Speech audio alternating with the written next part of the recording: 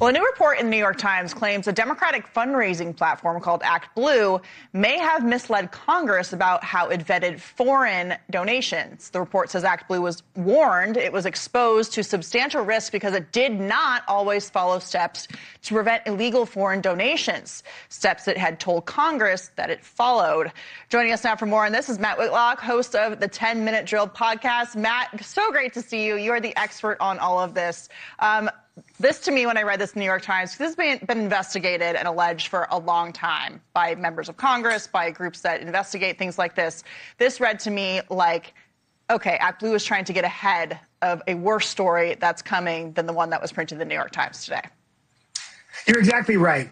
People have been looking into this for a lot of years. Congressional Republicans have done investigations into this. We have been tracking a lot of irregularities for several years now. And so this isn't a surprise. But just for people to understand the scale of this, what ActBlue is the Democrats' small dollar fundraising machine, where they basically mobilize millions of these small dollar donors to, in a moment of, perhaps at a presidential campaign debate or a campaign launch, or, for example, when Ruth Bader Ginsburg died, they mobilized supporters to give $5, $10 at a time. And in the case of, for example, Ruth Bader Ginsburg, they raised $90 million in 28 hours. And so now with reporting like this, confirmed by a place like the New York Times, it's fair for us to ask if those donations, how much of those came from foreign entities. And it's just the latest in the number of ways we've seen Democrats try and get foreign donors to contribute to their political campaigns and causes. Yeah, to your point, ActBlue's raised more than $19 billion for Democrats. And as you mentioned, it's presidential campaigns, but also all the way down to things like school boards in local districts. So they run the gamut in terms of who they're endorsing, who they're raising money for. But now you have them talking about in this article, they're mad at the lawyers for pointing out that they were not in compliance. They claim that they were in compliance, then also argue, according to this report, that it was only 1% of donations, which amounts to $34 million. It's also illegal. So what is this going to look like moving forward now that DOJ is involved with allegations of campaign finance law violations?